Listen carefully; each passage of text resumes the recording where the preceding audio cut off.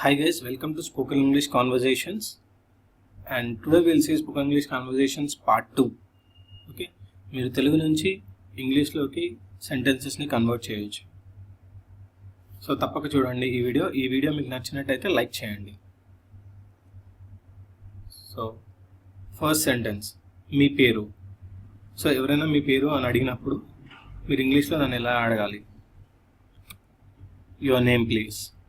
Your name please. Second one, దేవుడు మిమ్మల్ని చల్లగా చూడాలి అని మీరు ఎవరన్నా దేవుడు మిమ్మల్ని చల్లగా చూడాలి అని అనాలంటే ఇంగ్లీష్లో God bless you. God bless you. కాసేపు ఆగండి. థర్డ్ వన్, కాసేపు ఆగండి. Please wait for some time. Please wait for some time. Tickets తీసుకురండి. Please get the tickets. Please get the tickets.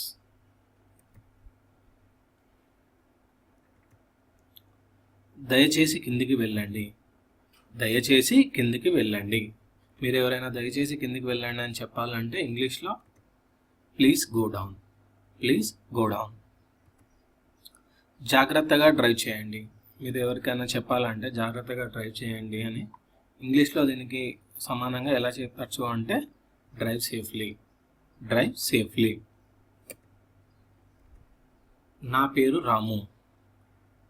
నా పేరు రాము. ఎవరైనా మీ పేరు ఏంటి అని అడిగినప్పుడు మీరేం చెప్తారు? నా పేరు రాము అంటారు. సో దాన్ని ఇంగ్లీష్లో ఎలా చెప్పాలి అంటే ఐఎమ్ రాము. ఐఎమ్ రాము. లేకపోతే మై నేమ్ ఈస్ రాము. ఈ విధంగా కూడా మీరు చెప్పవచ్చు. ఏం చదువుతున్నారు మీరు? ఏం చదువుతున్నారు మీరు? Which class are you studying? ఎవరైనా అడగాలంటే ఏం చదువుతున్నారు మీరని which class are you studying. ఏ బడిలో చదువుతున్నావు? ఏ బడిలో చదువుతున్నావు? What is the name of your school?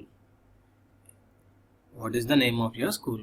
లేకపోతే in which school you are studying ఇలా కూడా అడగచ్చు. What is the name of your school లేకపోతే in which school you are studying అలా కూడా చెప్పచ్చు. దయచేసి కొంచెం సేపు అయిన తర్వాత పిలవండి. దయచేసి కొంచెం సేపు అయిన తర్వాత పిలవండి.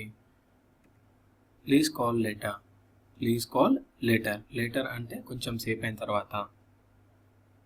దయచేసి అంటే ప్లీజ్. సో ఇందులో మనము 10 కాన్వర్జేషన్స్ చూసాము తెలుగు నుంచి ఇంగ్లీష్లోకి. మరికొన్ని సెంటెన్సెస్ కొరకు తప్పక చూడండి మిగతా వీడియోస్ నావి. Thanks for watching my video. If you like my videos, don't forget to subscribe to my videos.